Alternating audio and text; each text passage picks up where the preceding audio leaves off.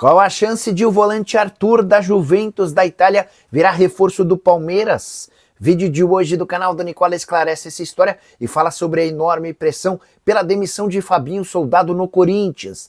Te atualizo também sobre Jandrei. Você vai ficar assustado quando descobrir quanto o goleiro reserva do tricolor emprestado ao Juventude recebia nos tempos de São Paulo. Bora falar também sobre Bruno Henrique, mais uma vez salvando a pele do Flamengo, tudo sobre o Bahia, perto de contratar goleiro do Santos. Falo também sobre o Cruzeiro reabrindo conversas por Matheus Gonçalves, tem as últimas do mercado, bastidores, finanças e as exigências de Sampaoli para virar técnico do Santos.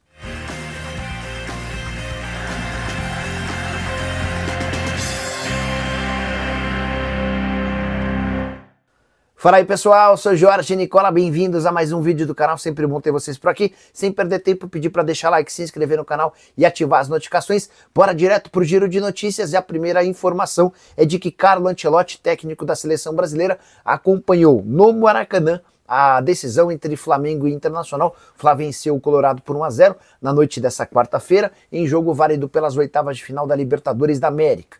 Treinador da seleção esteve no mesmo camarote de Tafarel, Rodrigo Caetano e Zico.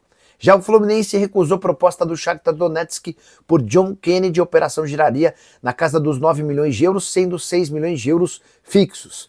John Kennedy não gostou da ideia de se mudar para a Ucrânia e o Fluminense entende que havia pouco dinheiro na parada.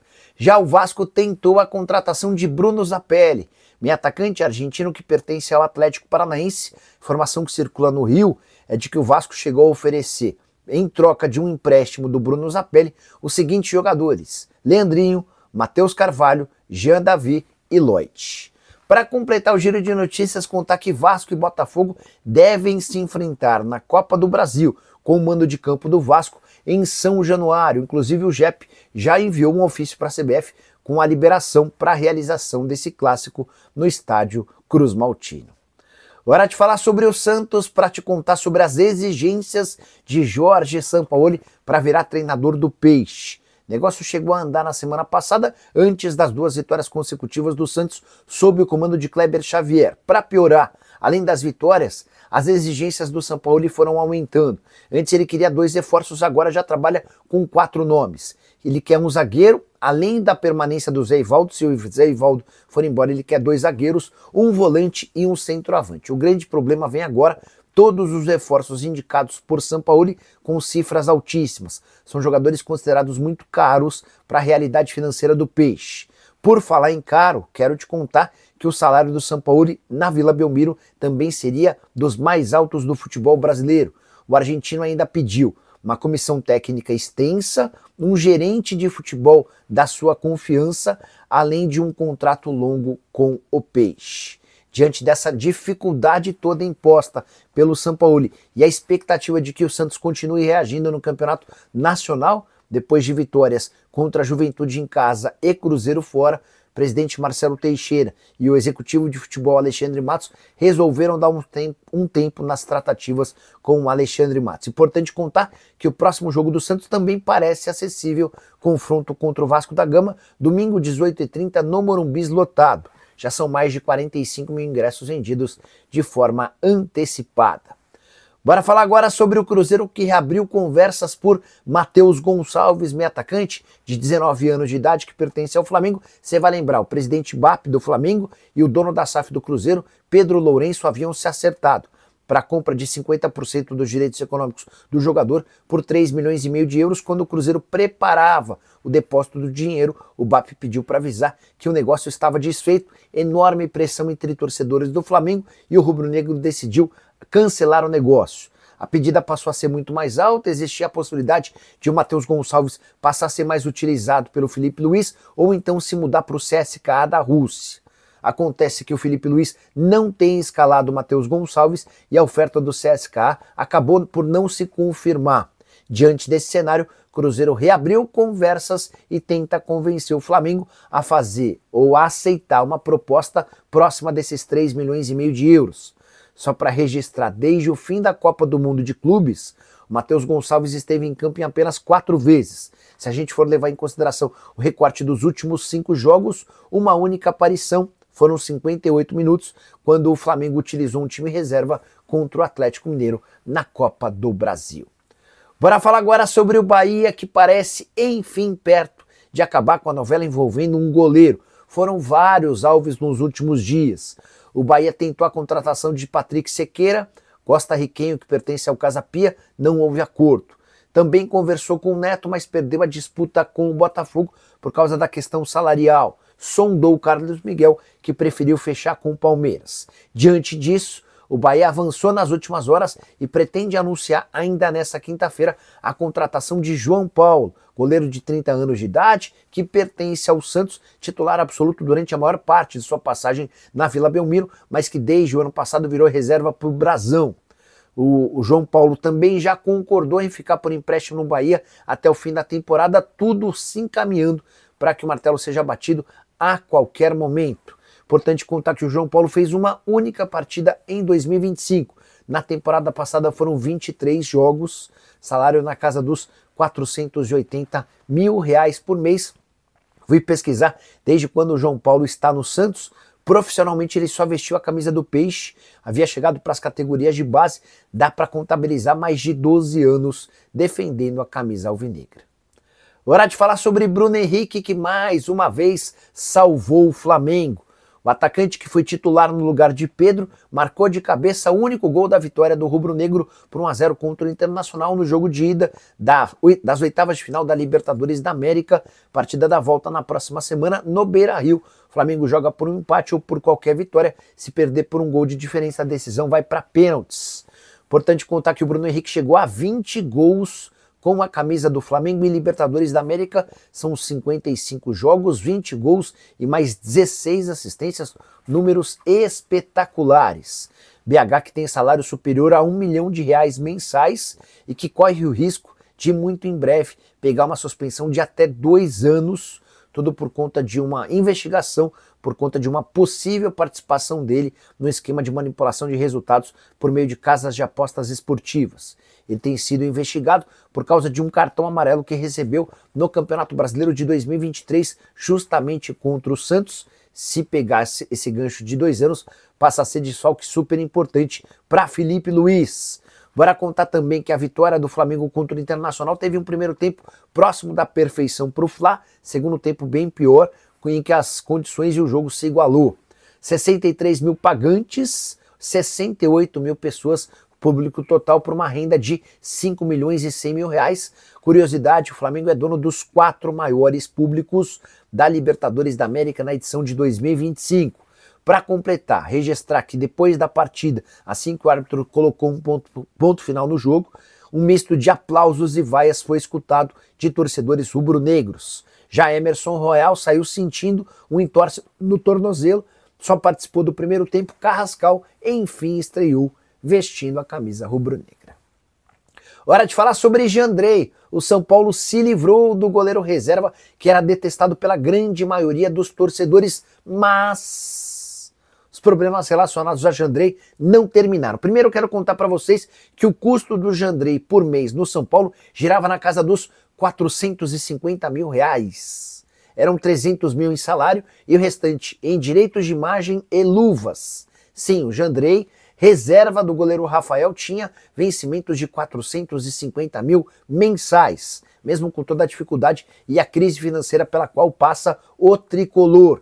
Importante contar também que o empréstimo ao Juventude até o fim dessa temporada não tem compensação financeira e o São Paulo também vai ser responsável por uma boa parte dos salários do Jandrei. Em troca, nessa negociação, o tricolor ganhou um percentual de um atleta que pertencia ao Juventude, mas que já é monitorado pelo São Paulo há algum tempo, atleta das categorias de base.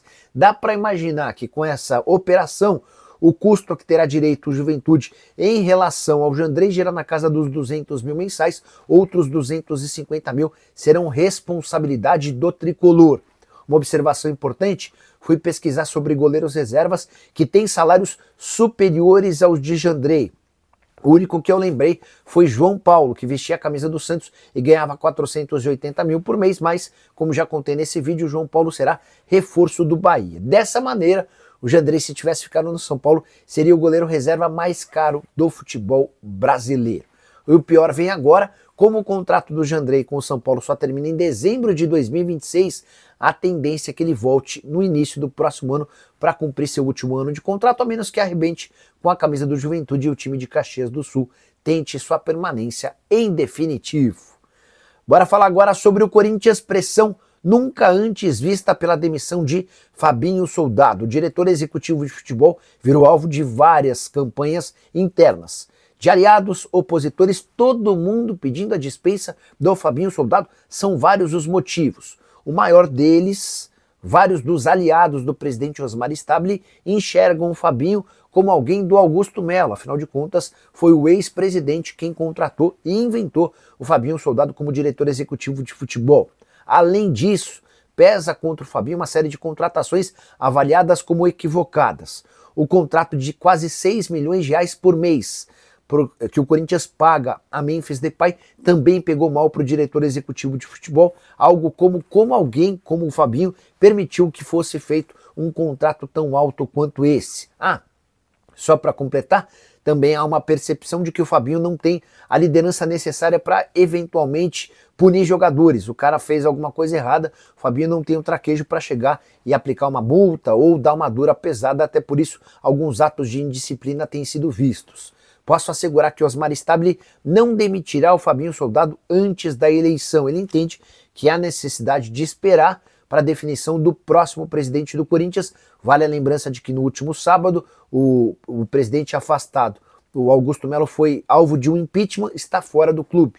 E nos próximos dias, Romeu Tuma Júnior, presidente do Conselho Deliberativo, fará uma convocação para o Conselho Deliberativo em que será escolhido um novo presidente. Osmar Stabile será o candidato da situação. Posso assegurar que Antônio Roque Cittadini quer se lançar como candidato de oposição. Tem também André Castro, que é menos conhecido na política corintiana, mas assegura ter 5 bilhões e meio de reais de parceiros para investir. Esse dinheiro viria de um memorando de intenções que já foi assinado com um fundo de investimentos internacional. Esse fundo estaria disposto a fazer um acordo pelos name rights da Arena, name rights do centro de treinamento e uniforme alvinegro. Hora de falar sobre a possibilidade de Arthur Melo, volante revelado no Grêmio e atualmente na Juventus, pintar como reforço do Palmeiras. Essa especulação começa nessa quarta-feira, a fonte não é das mais confiáveis, com um índice de acerto pequeno, mas fui checar para ver em que pé anda essa história. Primeiro te atualizar sobre o Arthur, atleta de 29 anos de idade, volante, aquele mesmo que chegou a defender a seleção brasileira e também o Barcelona, completamente fora dos planos da Juventus da Itália. Tanto que ele só é relacionado para um dos amistosos de pré-temporada e nem sai do banco de reservas, segue sem estrear.